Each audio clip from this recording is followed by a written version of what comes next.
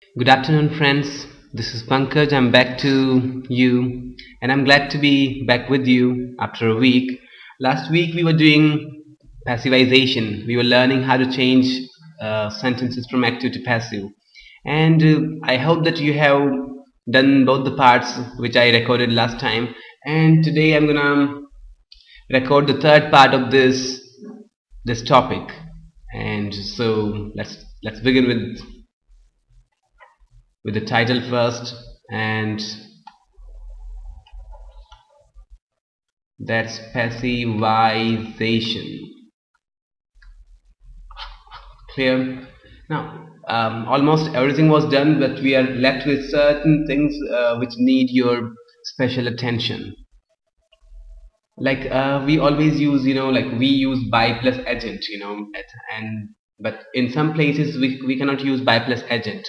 It was done by John Fine, it was reported by John Fine, it was made by John Fine, but it's not always by. The preposition can be something else also. So let's learn the prepositions used instead of by. Prepositions used instead of by. For example, look at these words: surprised, astonished, shocked, distressed, etc., and even annoyed.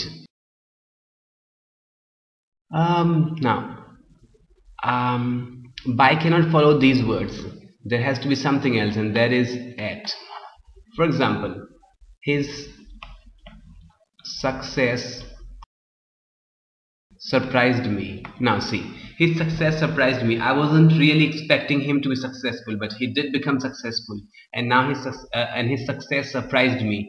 So we'll just change it into passive, and I was, because this is simple past tense, we have learned it, ain't we? So I was, and then surprised, of course. I was surprised, the third form.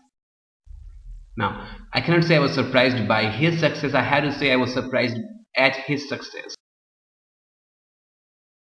Here, one more example. It's my arrival astonished him. My arrival astonished him. Now he was what? Astonished by my arrival? No, at my arrival. So we gotta use at here. Clear? One more example. John's comment surprised Joel. Joel was surprised at John's comment. Simple. That's easy, isn't that?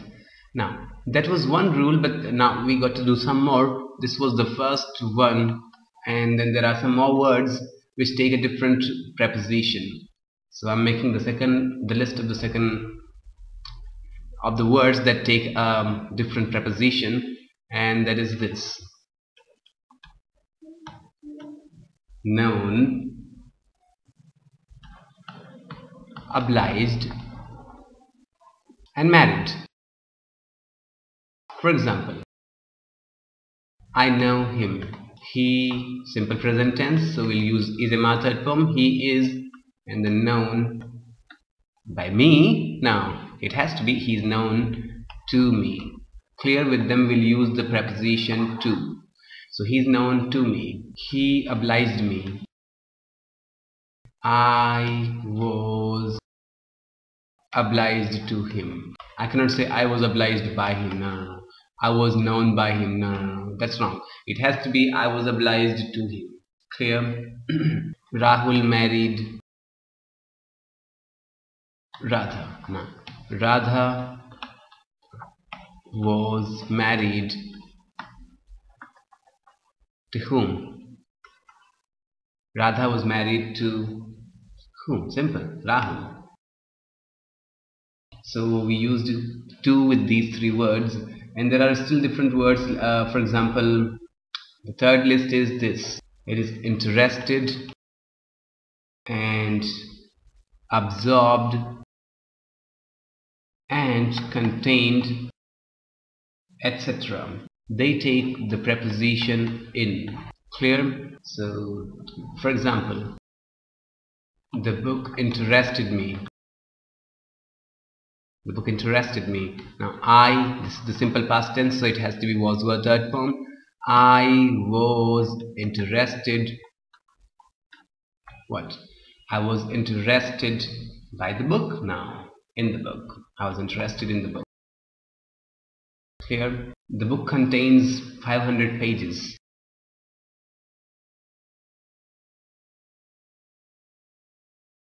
100 pages. So simple. It's the simple present tense, so it has to be is a third form, doesn't it? So this is the object, 500 pages. Let me write it again here. 500 pages are contained where? By this book now, in the book. Clear? Now that is so easy, isn't that? Okay, and look at this also. Pleased with. You have to say pleased with. He pleased me. So I was pleased with him. I can't say I was pleased by him. I had to say I was pleased with him. And that is so easy, isn't that?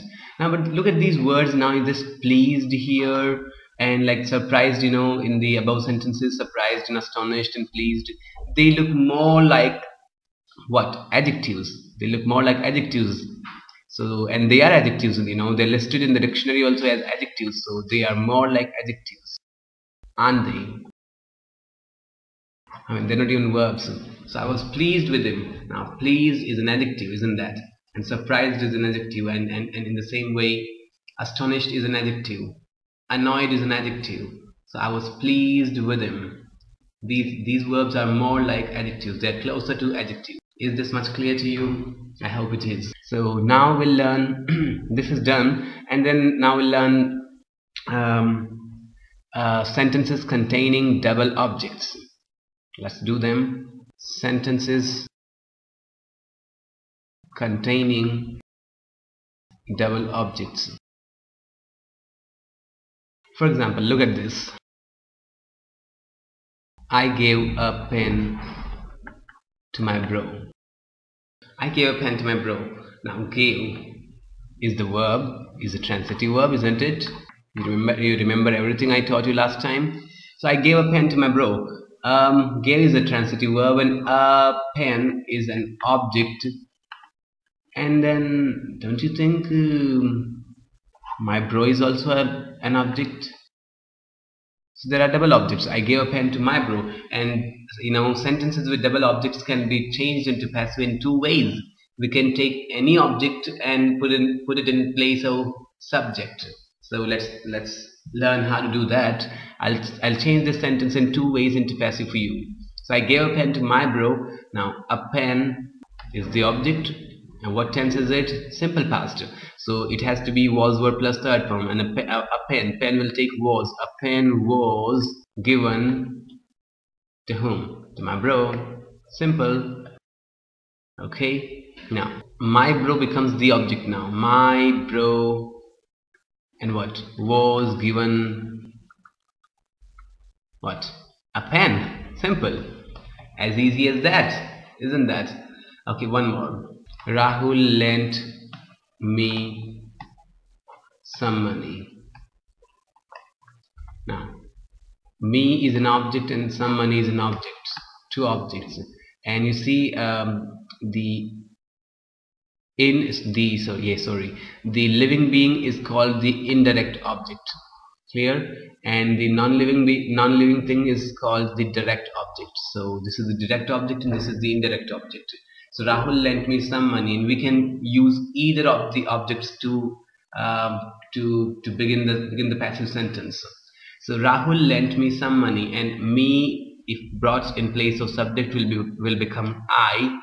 And then lent is the second form, is the simple past tense, so it will again be was plus third, was were plus third form, and I was what?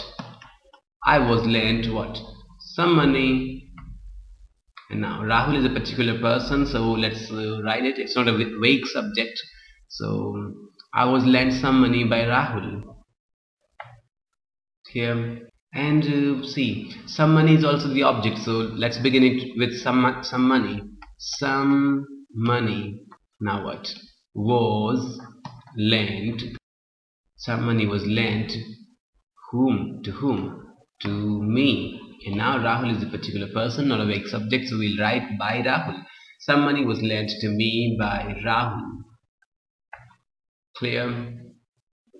That is so easy, isn't that? Okay, now let's take one more thing. He brought me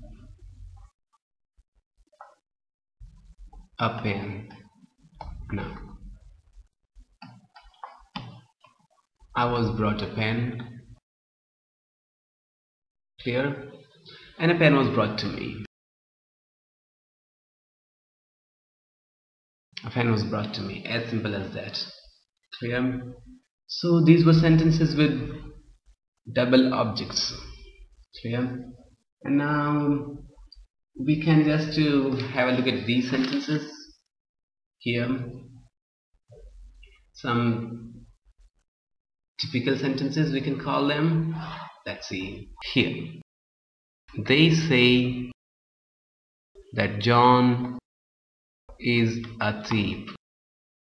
They say that John is a thief. Now it can be changed into passive in two ways. They say that John is a thief. It is said that John is a thief. And then there is another way. John will be brought in the first place, and John is said to be. John is said to be what? A thief. Clear? People say that this restaurant is famous. Now, it is said that this restaurant is famous. That's easy to do for you, isn't that? It is said that this restaurant is famous. And now, people say that this restaurant is famous. Now, this restaurant is said to be what? Famous. This restaurant is said to be famous.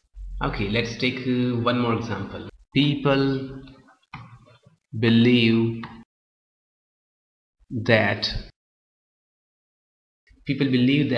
this house is haunted. It is clear? Haunted. Now, it is believed that this house is haunted. That's easy, and you do know that. Okay, let me write it for you. It is believed that this house is haunted, but there is another way of changing this into passive. And what is that? This house is believed. This house is believed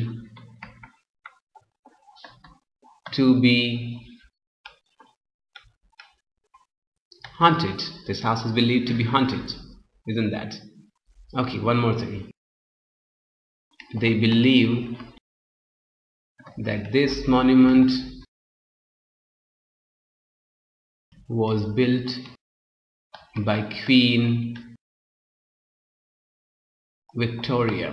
They believe that this monument was built by Queen Victoria. Now, it is believed that this monument was built by Queen Victoria is easy to do, and the second way we can change it into passive is this, that this monument is believed. See, it was believed in the past, so I cannot say this monument is believed to be built by Queen Victoria. No. It was in the past, so what will I say? I will use have. This monument is believed to have been. Now it's the passive voice already actually. So this monument is believed to have been built by Queen Victoria. Okay, one more example. They think that this object always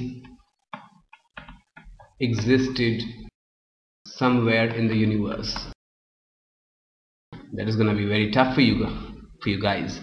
They think that this object always existed somewhere in the universe. Now this object is thought to have been existed somewhere in the universe. That's easy, isn't that? This object is thought to have always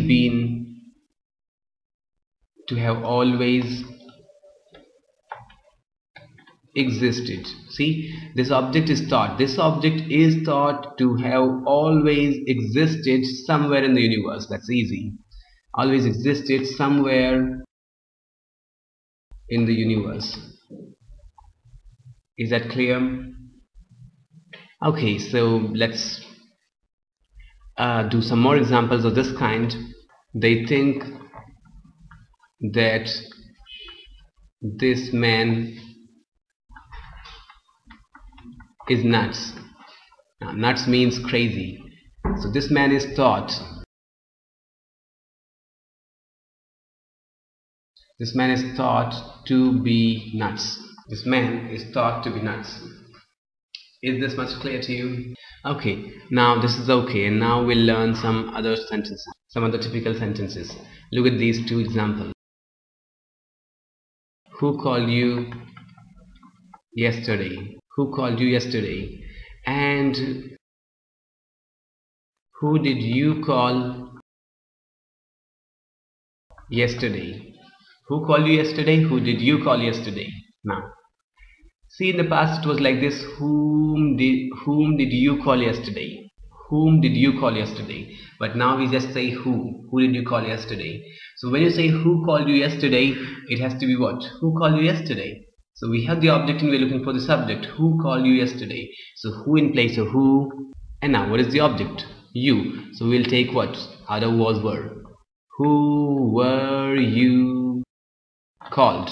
Who were you called by? Who were you called by yesterday? There is another way, and that is by whom. This is slightly old-fashioned, but we can still use it. By whom were you called yesterday? Clear? So, but in the next one, who did you call yesterday? So who, now we have the subject. Who, now what? Second, this is the simple past tense. Who was called. Now if you want by you, you can write, otherwise no need of it. So who was called by you yesterday? Who was called yesterday? As simple as that. Now I hope you have understood it, and you just practice them all, because practice alone can make you perfect. If you practice, you'll be great at this topic. If you do not practice, I do not guarantee that you will be able to do well at this topic. Now I think I have taught you enough on this topic, and now let's finish it. You see, you just practice it, and practice alone will make you perfect. Okay, thank you very much. Bye bye. May God bless you.